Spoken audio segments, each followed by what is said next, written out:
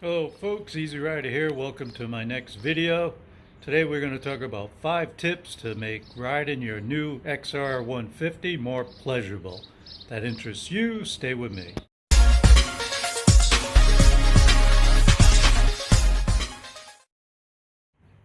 And welcome back.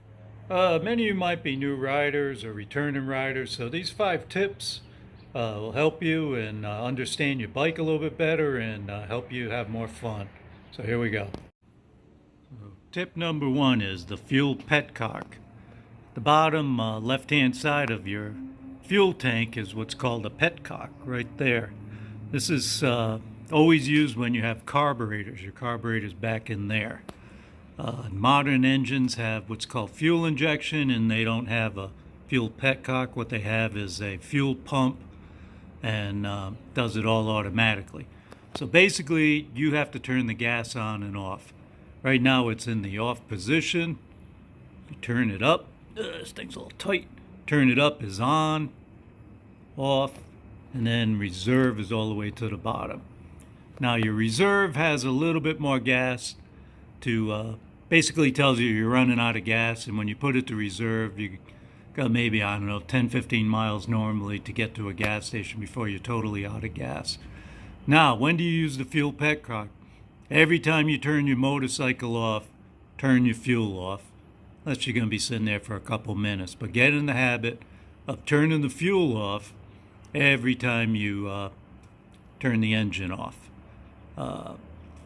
You also want to practice, sit on the bike, and with your left hand reach down without looking and turn it on. Say, I'm turning it on, I'm turning it off, I'm turning it to reserve.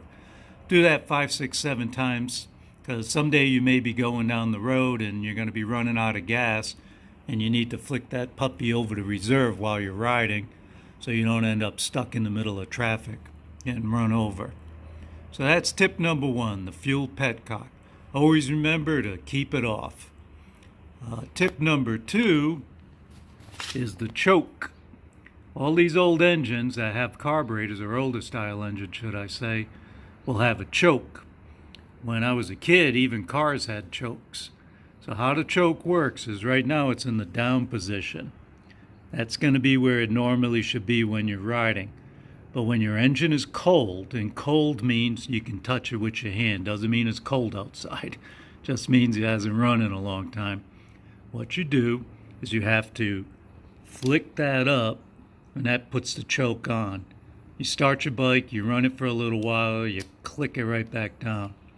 Now, if you forget to put it down and you drive off, it's going to start coughing and running like crap.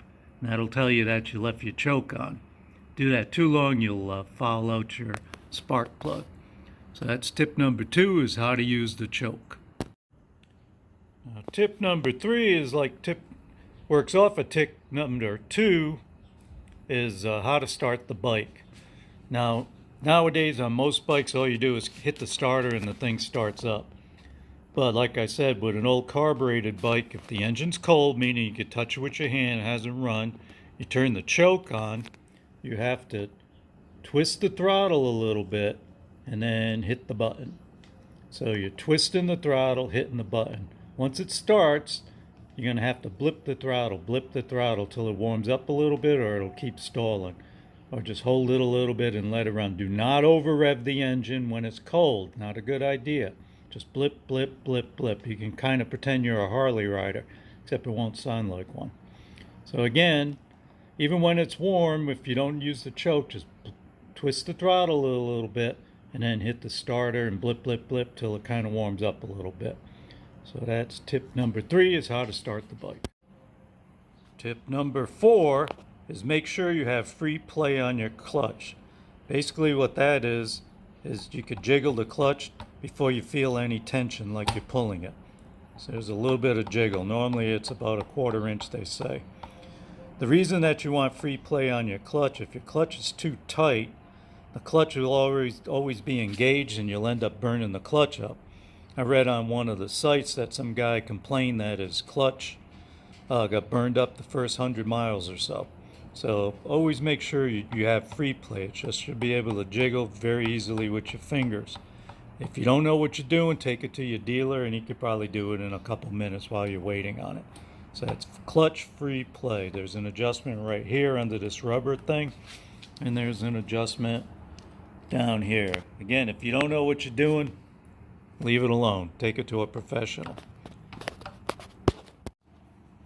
Tip number 5 is adjusting this rear brake pedal up and down and adjusting the brakes. Now this is a mechanical brake.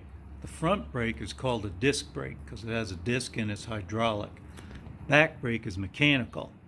All you got is a bar pulling on some brake drums in there.